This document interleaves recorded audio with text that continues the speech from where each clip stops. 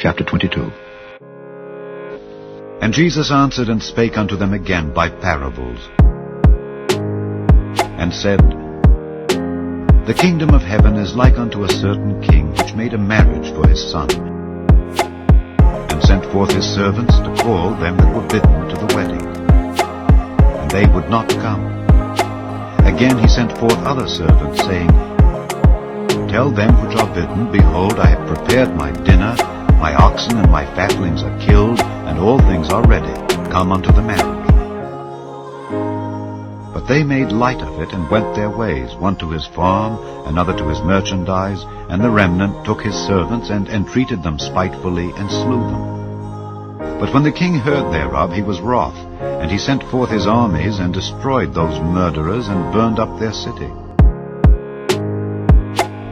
Then saith he to his servants, The wedding is ready, but they which were bidden were not worthy. Go ye therefore into the highways, and as many as ye shall find, bid to the marriage. So those servants went out into the highways, and gathered together all as many as they found, both bad and good, and the wedding was furnished with guests. And when the king came in to see the guests, he saw there a man which had not on a wedding garment. And he saith unto him, Friend, how camest thou in hither, not having a wedding garment? And he was speechless. Then said the king to the servants, Bind him hand and foot, and take him away, and cast him into outer darkness. There shall be weeping and gnashing of teeth. For many are called, but few are chosen. Then went the Pharisees, and took counsel how they might entangle him in his talk. And they sent out unto him their disciples with the Herodians, saying, Master, we know that thou art true, and teachest the way of God in truth, neither carest thou for any man, for thou regardest not the person of men. Tell us therefore, what thinkest thou? Is it lawful to give tribute unto Caesar, or not? But Jesus perceived their wickedness, and said, Why tempt ye me, ye hypocrites? Show me the tribute money. And they brought unto him a penny. And he saith unto them, Whose is this image and superscription? They say unto him, Caesar's.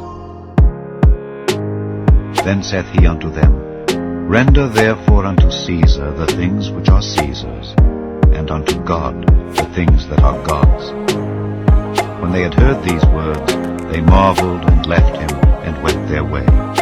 The same day came to him the Sadducees, which say that there is no resurrection, and asked him, saying, Master, Moses said, If a man die having no children, his brother shall marry his wife, and raise up seed unto his brother. Now there were with us 7 brethren, and the first, when he had married a wife, deceased, and having no issue, left his wife unto his brother. Likewise the second also, and the third, unto the 7th.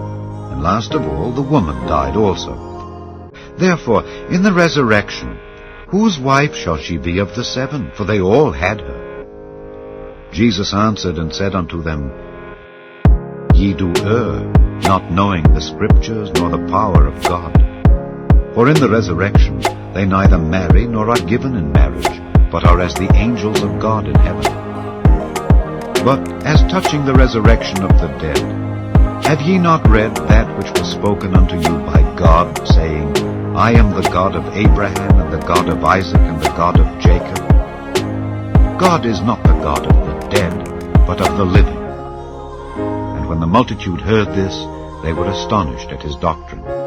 But when the Pharisees had heard that he had put the Sadducees to silence, they were gathered together.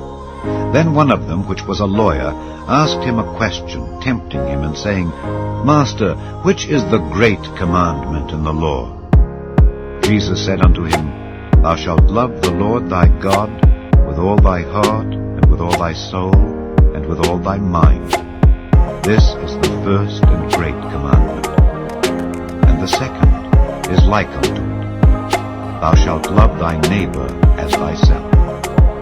On these 2 commandments hang all the law and the prophets.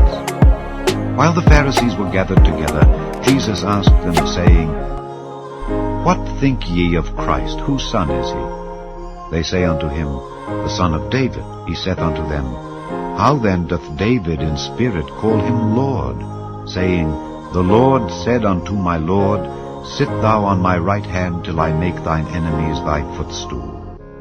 If David then call him Lord, how is he his son? And no man was able to answer him a word, neither durst any man from that day forth ask him any more questions.